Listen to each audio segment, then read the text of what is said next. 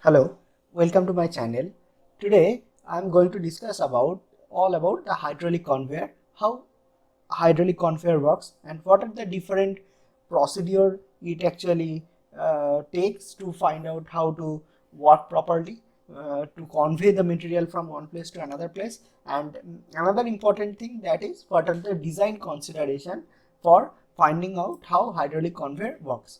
So before getting into the topic, we must know that we have already discussed about different type of belt conveyor system, different type of chain conveyors, as well as the cable and haulage conveyor, roller conveyor, and screw conveyor.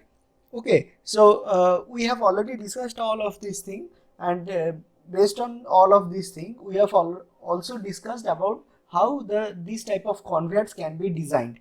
Okay, so based on all of these things, we are very much known about how conveyor works and what are the different type of conveyors available, how their design has been made. Okay, so after that we will now discuss about how hydraulic conveyor works. So first of all, we need to know what is hydraulic conveyor and how it is working and what are the basic advantages. So basically hydraulic conveyor is nothing but it is a very common type of material handling device which is very suitable for transferring solid product in water without damaging it. Now, in case of a system which is actually handling the material such as from coal-fired furnace, refuse to flush from a hopper or slag tank to a grinder in which it discharges pump for conveying to a disposal area or a dewatering bin. So basically moving the bulk material along with pipes or channels in a stream of water is actually known as hydraulic conveying. So you can easily understand the system, how the hydraulic conveyor is actually working. Okay, so the line what have been written over here, that is actually a live example of how hydraulic conveyor actually works. Now the mixture of the material which is being made, which is being moved through the pipe or channel, uh, the mixture of that material and water is termed as pulp. Okay, PULP, pulp. Now for conveying this pulp through the pipe under pressure, pumps are being used. Okay, in channels the conveying takes place down the inclination due to the gravity. Now a hydraulic conveying system generally consists of a mixture where the material and the water is mixed to form the requisite pulp. Okay, now depending on the starting size of the bulk material, the materials may have to be crushed or grounded in case of a crushing plant or screening facility.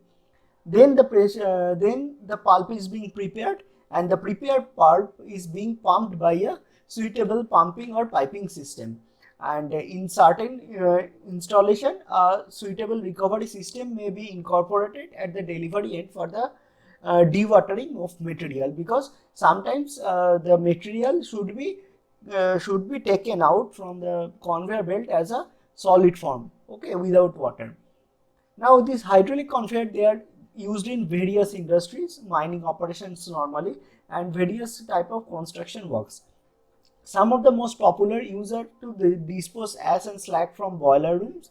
Then you can say that deliver materials from mines and sand and water to fill up using water. And you can also say that this type of conveyor is also used to fill up the used mine with water. Okay, then it can be used for removing the slag from the concentration plant, to quench or granulate and convey furnace slag to the disposal point, to move earth and sand in large construction project, and for landfilling, etc. There are different application for a certain hydraulic conveyor.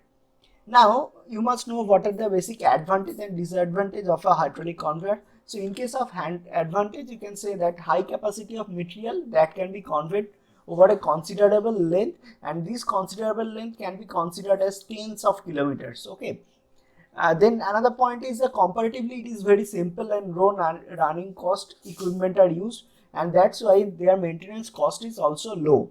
Then the conveying can be combined with other process like cooling, quenching, granulating of molten slag, washing.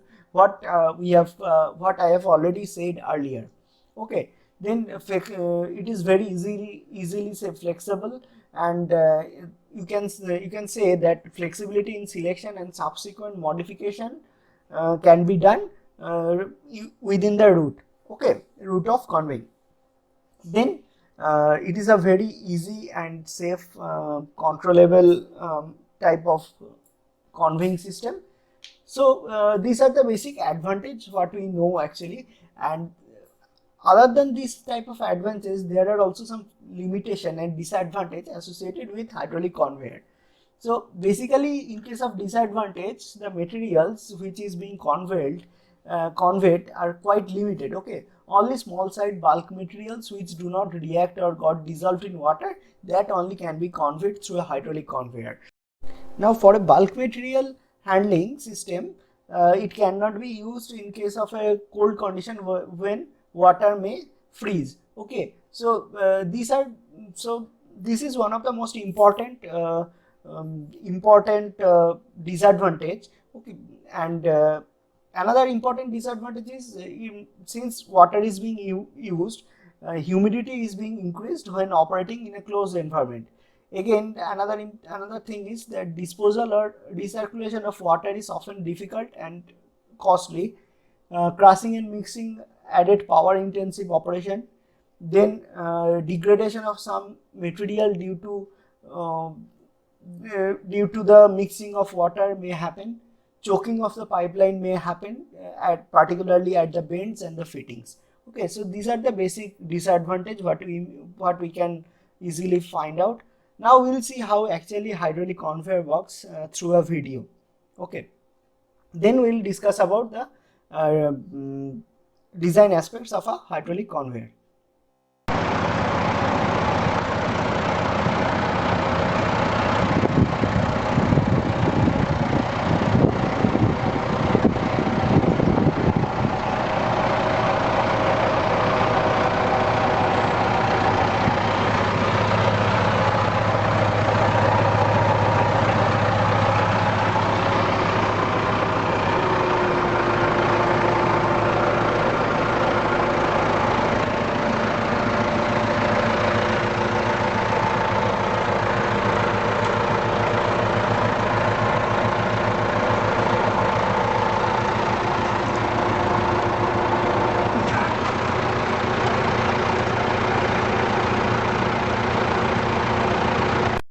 Now, in case of the design consideration for hydraulic conveyor, the most important consideration for a hydraulic conveying system is that the material should not get settled and choke into the pipeline. If they become settled, that means if the slurry becomes more dense, then it may happen that the material handling system may fall. Okay, so this is the major disadvantage what I have discussed earlier. So you must take care of the particle size, as well as you must take care about the velocity of the particle, as well as considering the diameter of the pipe. Okay, so different pipe diameters are easily available, and based on the particle size and velocity, it can be determined through a certain table which is given in the bottom left hand side.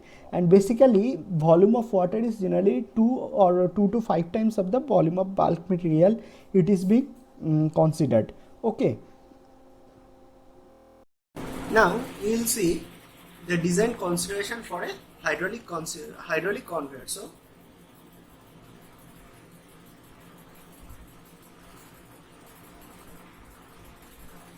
design aspect of hydraulic conveyor.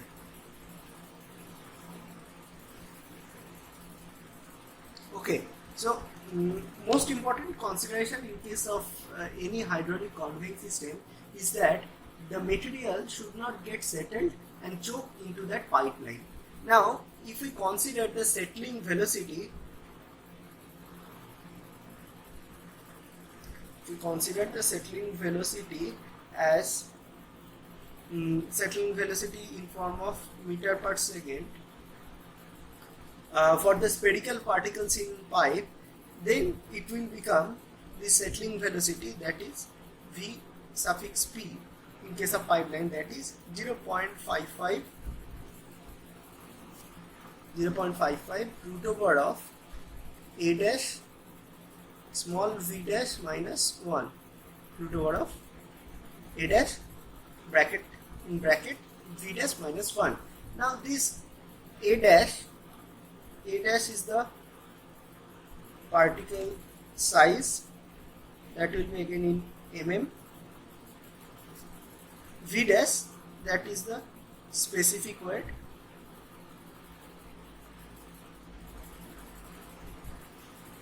Now this specific weight, that will be in form of tons per meter cube. Okay, now this working velocity V, that is actually taken as 3 or 4 times of Bp. So V is actually, working velocity V is actually 3 of Bp or 4 of Vp. It is being considered, and this working velocity for conveying earth of the different particle size to different pipe diameters, they are actually they are actually provided by a certain table where you can easily find out, depending on how the particle size is, you can easily find out what is the velocity in form of meter per second depending on different diameter of pipe. Okay, actually the volume of water is generally 2 to 5 times of volume of the bulk material, and considering that the water head in the pipeline is made up of the head required to overcome the resistance of the motion of the pulp in the pipeline, and the velocity head required to impact the velocity v for moving the mass. Okay, so the value of that will be equal to h L into lambda dp,